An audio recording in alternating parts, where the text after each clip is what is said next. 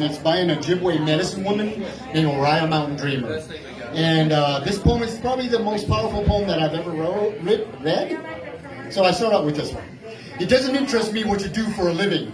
I want to know what you ate for. And if you dare to dream of meeting your heart's longing. It doesn't interest me how old you are. I want to know if you will risk looking like a fool for love, for your dreams, for the adventure of being alive. It doesn't interest me what planets are squaring your moon. I want to know if you have touched the center of your own sorrow, if you have been opened by life's betrayals, or have become shriveled and closed from the fear of further pain. I want to know if you can sit with pain, mine or your own, without moving to hide it, or fade it, or fix it.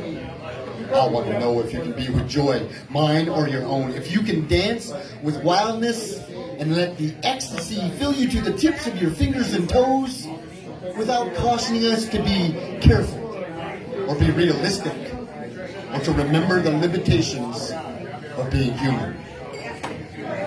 It doesn't interest me if the story you are telling me is true. I want to know if you can disappoint another to be true to yourself. If you can bear the accusation of betrayal and not betray your own soul. If you can be faithless and therefore trustworthy. I want to know if you can see beauty, even when it's not pretty, every day. And if you can source your own life from its presence.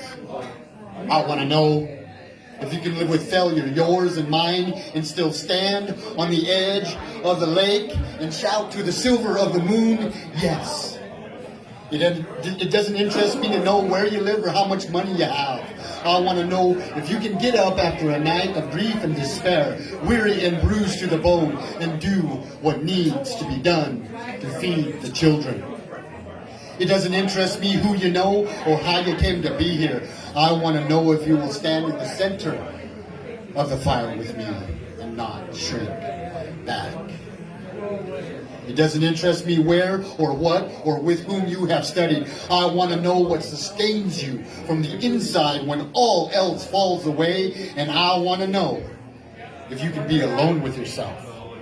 And if you truly like the company you keep in the empty moments.